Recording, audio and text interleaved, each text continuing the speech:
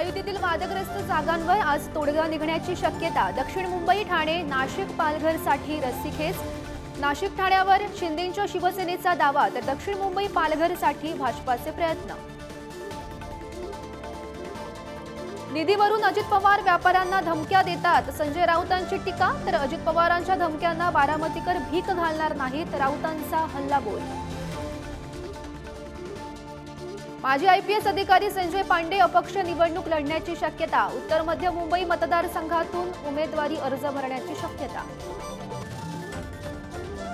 लोकसभा निवडणुकीच्या प्रचारासाठी कोल्हापुरात सभांचा धडाका। मुख्यमंत्री एकनाथ शिंदेंची धैर्यशील मानेंच्या प्रचारासाठी सभा, तर आदित्य ठाकरेंची शाहू महाराजांसह सत्यजित पाटील यांच्यासाठी सभा। भांडूपमध्ये कारमध्ये सापडलं कोट्यावधींचं घबाड, निवडणूक भरारी पथकाची कारवाई।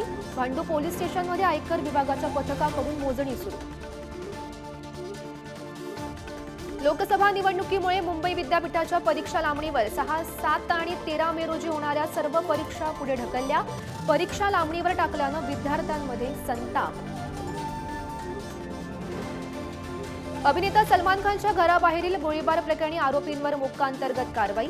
बिश्नोईचीही जेलमध्ये होणार चौकशी, तर लॉरेन्सच्या भावाविरोधातही पोलिसांनी जारी केली लुकआउट नोटीस। मुंबईकरांवर पुन्हा एकदा उष्णतेच्या लाटेचं संकट।